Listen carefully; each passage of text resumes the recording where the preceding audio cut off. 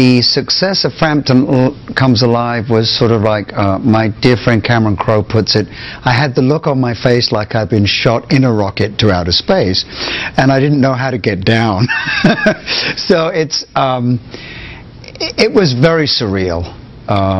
Because it was the biggest selling record of all time, you know, at that point. You know, I broke Carole King's Tapestry record, and sorry, Carol, but she wasn't thrilled with me. But my record's been broken now, so it doesn't matter. But no, it's just one of those things that you don't know until you're actually there, and it's very hard to explain what it's like. But I think surreal is as close as I can come. The highs were of playing to, you know, stadiums full of people. We did one show that was 120,000 people, and many others that were 65,000 people, and so it was that. There's nothing quite to. You can't really describe that. The feeling, the adrenaline that you get from doing that, and you know, becoming a household name has its upsides and its downsides. You know, don't whine. Be careful what you wish for. Now you've got it. You know, I don't whine about it at all. Most important moment for me was when I decided on a whim to do an instrumental record, Fingerprints, which came out in 2006, and I got my first Grammy. I stopped singing and they gave me an award. So it was an amazing moment for me to go up and accept a Grammy for, not for Frampton Comes Alive, which I obviously didn't get one for that.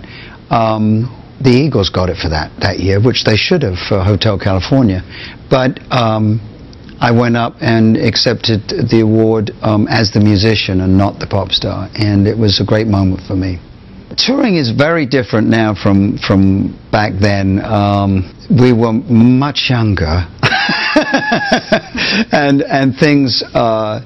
We were dabbling in all sorts of things that now it's very different. We all work out, do yoga, drink a Perrier, and whereas back in those days there were piles of this and bottles of that. So you know, it's very different.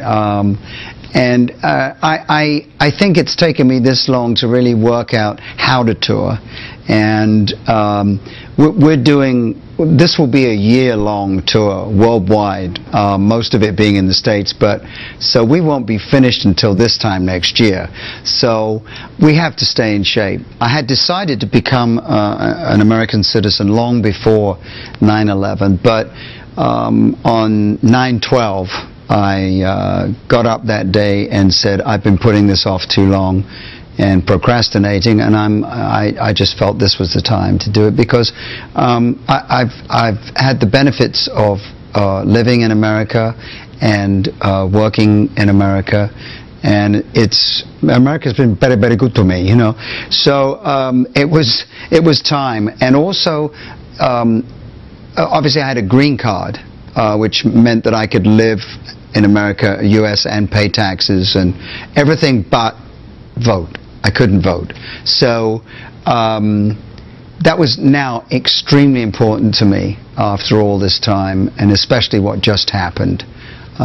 So that's when I called the immigration lawyer and started work, because I knew it would take sometimes 18 months to more years. But luckily they got it within 18 months.